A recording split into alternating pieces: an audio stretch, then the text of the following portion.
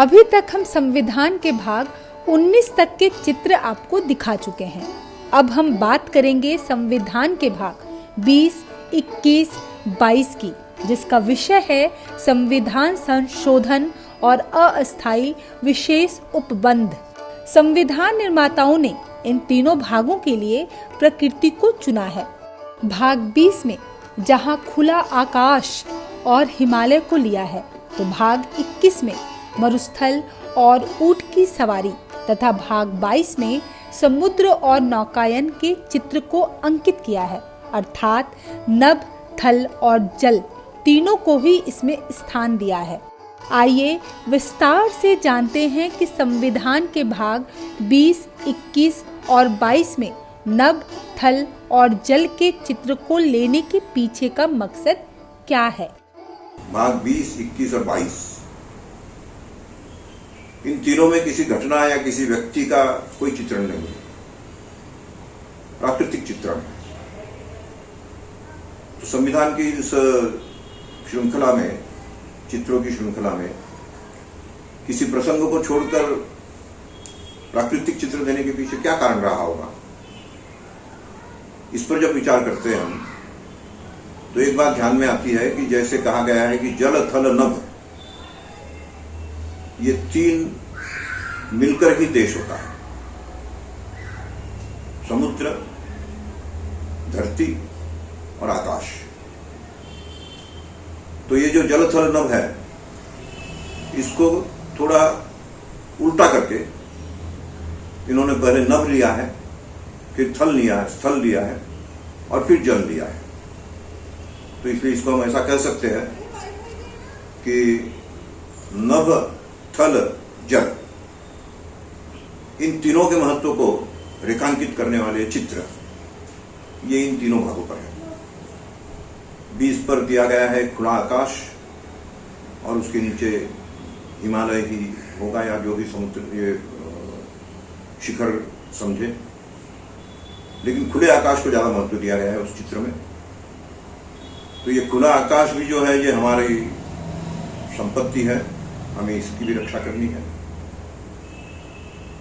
धरती का सबसे निम्न स्तर वाला हिस्सा जो है वो होती है बंजर भूमि। बंजर भूमि भी कितनी उपयोगी हो सकती है वो प्रमाणित करने वाला चित्र वो यहाँ दिया गया है कि चाहे ऊंटों की सवारी से हो बंजर भूमि का भी हम अधिक से अधिक उपयोग करें, उसको भी उपजाऊ बनाएं और इस प्रकार से धरती की रक्षा करें। ये दूसरे चित्र में दिया गया है। और तीसरा चित्र, ये समुद्र में एक छोटी नौका और एक बड़ा जहाज, इन दोनों को चलाते हुए दिखाया है।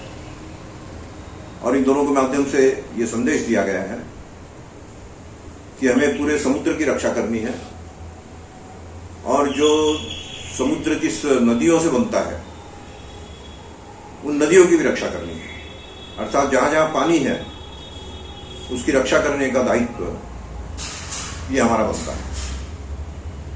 तो इस प्रकार से जल, थल, नभ या नभ, थल, जल। और दूसरी बात हम ये भी जानते हैं कि सेनाओं को भी इन तीन भागों में बांटा गया है, जल सेना, नभ सेना, थल सेना। तो इन तीनों सेनाओं का काम यही है कि ये इन तीनों स्थानों पर विचरण करते हुए देश की रक्षा करें। एक का विचरण का स्थान है नभ, एक का जल और एक का थल।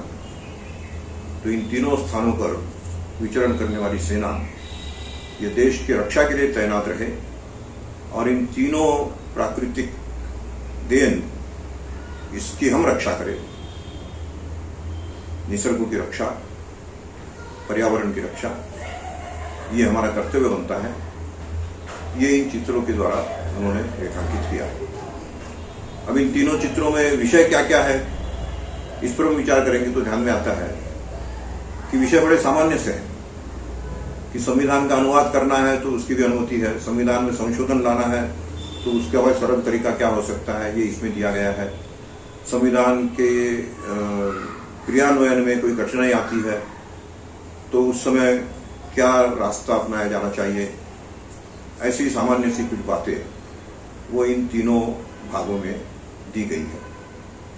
तो इस प्रकार से इन तीनों भागों का अपना महत्व समझाते हुए तीनों भागों के विषय भली सामान्य से रखते हो, लेकिन वो भी बहुत महत्वपूर्ण है, इसको दर्शाते हुए ये तीन चित्र इन तीनों भागों पर नंदलाल बोस ने रेखांकित किए हैं। इन चित्रों के सांकेतिक अर्थ को समझें तो अगर हमारे देश के जल, थल और नभ यानी समुद्र, पृथ्वी और आकाश सुरक्षित रहेंगे तो हमारे देश की तरफ कोई आंख उठाकर देखने की जरूरत नहीं करेगा। भाग 22 संविधान का अंतिम भाग था। संविधान के 22 भागों से तो सभी परिचित हैं, लेकिन इन 22 भागों को किस प्रकार नंदलाल बोस ने चित्रों के माध्यम से परिभाषित किया था, उससे शायद ही लोग वाकिफ हों। लोगों को संविधान के इस चित्रित रूप से परिचित कराने के लिए लॉर्ड ऑफ रिकॉर्ड्स ने संविधान के 22 भागों के लिए अंकित 22 चित्रों पर 22 कहानियों की पूरी सीरीज दिखाई। आपके प्यार और भरोसे के कारण ही हम ये सीरीज आप तक ला पाए।